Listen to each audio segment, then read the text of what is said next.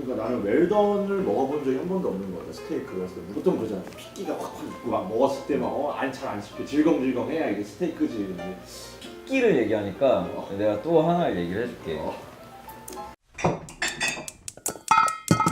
내가 옛날에 이제 뭐 다른 사람 밑에서 일할 때 홀에서 일하는 직원분들이 주문을 받아오면은 피뚝뚝이에요, 피뚝뚝 이렇게 얘기를 하고 가. 좀 덜 익은 고기들을 그렇게 많이 얘기를 하잖아.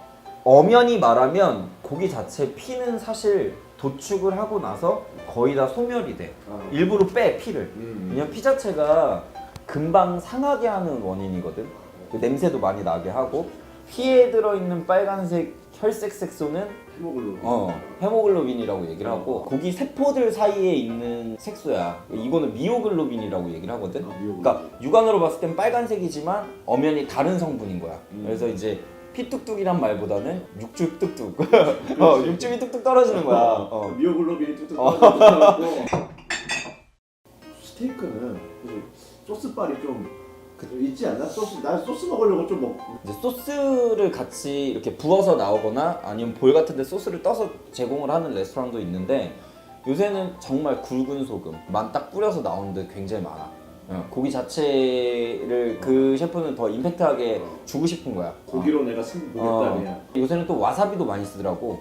생 와사비 가른 거 약간의 와사비를 정말 다른 거 없이 고기에 살짝 올려가지고 요런 형태도 되게 많아.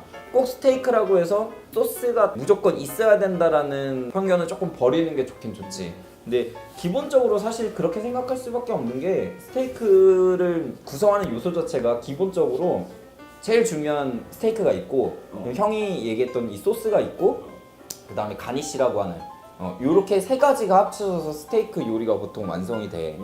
이제 가니쉬라고 하는 거는 스테이크랑 곁들여 먹을 수 있는 반찬 개념이라고 보면 되는데 스테이크가 대부분 단백질이지. 그리고 약간 지방도 좀 있고 그래서 여기서 없는 3대 영양소가 탄수화물이다 보니까 예전에는 그걸 보충해주기 위해서 탄수화물로 가니쉬를 많이 만들었어. 뭐 감자라든지 호박이라든지 이런 걸로 많이 썼는데 요새는 이제 좀 탄수화물로 꼭 가니쉬를 하지 않고 다른 그런 영양 성분을 가지고 많이 해. 나 같은 경우도 우리 가니쉬가 이제 프레시한 야채 이런 거 주다 보니까 탄수화물이라기보다는 오히려 다른 성분들 영양소로 뭐 무기질이라든지 이런 비타민 이런 걸 더 많이 주기는 하거든. 시대에 따라 좀 변화는 됐지만 보통 그렇게 이제 구성이 있기 때문에 소스에 대한 인식이 사람들이 좀 많이 있지.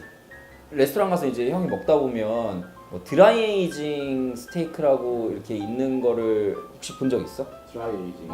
드라이 아이스 같이 먹는 음식 가지고 장난하면 안 돼. 스키랑에서도 주는. 그러니까 드라이 에이징이 뭐냐면 이건 숙성 방식인데 꼭 스테이크만 쓰는 게 아니고 요새 막 고깃집 같은데 일반적인 데 가면 돼지고기도 그렇고 드라이 에이징 되게 많이 하거든. 이 숙성 방식이 보통 두 가지가 있어. 드라이 에이징이라고 하는 숙성 방식과 웻 에이징이라고 하는 게 있는데 드라이 에이징은 사실은 조금 전통적인 방식이야. 옛날에 냉장고 같은 게 없었잖아. 그래서 고기를 이제 잡아오기도 하고 내가 키우는 동물을 이제 도축을 해서 먹으면 그날 고기를 다 먹을 수가 없잖아. 그치. 그래서 고기를 이제 햇빛이 들어오지 않는 서늘한 데다가 이렇게 걸어놨다가 며칠 뒤에 먹으려고 보면 고기 겉면이 이제 좀 말라있기도 하고 뭐 좀 뭐 상해 있을 수도 있고 그래서 이제 잘라서 그 부위는 자르고 먹고 이렇게 또 이렇게 하던 게 옛날 전통적인 방식에 그러니까 자연적으로 그렇게 말라가면서 숙성이 됐던 거고 지금은 이제 드라이 에이징이라고 하면 그 방식을 조금 더 현대적인 기계를 사용해가지고 그래서 드라이 에이징 전용 냉장고가 있어. 그러니까 아무 냉장고에서나 할 수 있는 게 아니라 일정한 습도와 온도가 유지가 되는 냉장고야. 그래서 얘를 한 최소 2주 정도 이상 숙성을 시킨 다음에 사용을 보통 하는데 그렇게 숙성이 되면서 얘가 육향이 되게 진해져. 응축이 되면서. 그래서 일반적이게 먹는 고기랑은 또 다른 풍미 같은 게 또 생겨. 그래서 드라이 에이징이 사실 가격을 보면 상대적으로 많이 비싸. 왜냐면 손이 많이 가지, 시간이 많이 걸리지, 그리고 버려지는 게 많다 보니까 그만큼 또 가격이 높을 수밖에 없어. 그리고 웻 에이징 같은 경우는 우리가 그냥 보통 먹는 걸 거의 다 웻 에이징이라고 보면 돼. 진공 포장 자체가 이제 개발이 되면서 이제 프랑스 국왕이 이제 아예 법으로 정했어. 고기를 유통시키기 위해서는 비닐에 싼 채로 유통을 시켜라. 왜냐면 너무 버려지는 양이 많으니까 상대적으로 보존기간도 짧고 이러니까 그렇게 됐는데 진공 포장이 되면서 그 안에서 이제 자연스럽게 숙성이 되는 거야. 숙성이 따지고 보면 효소들이 분해가 되는 거잖아.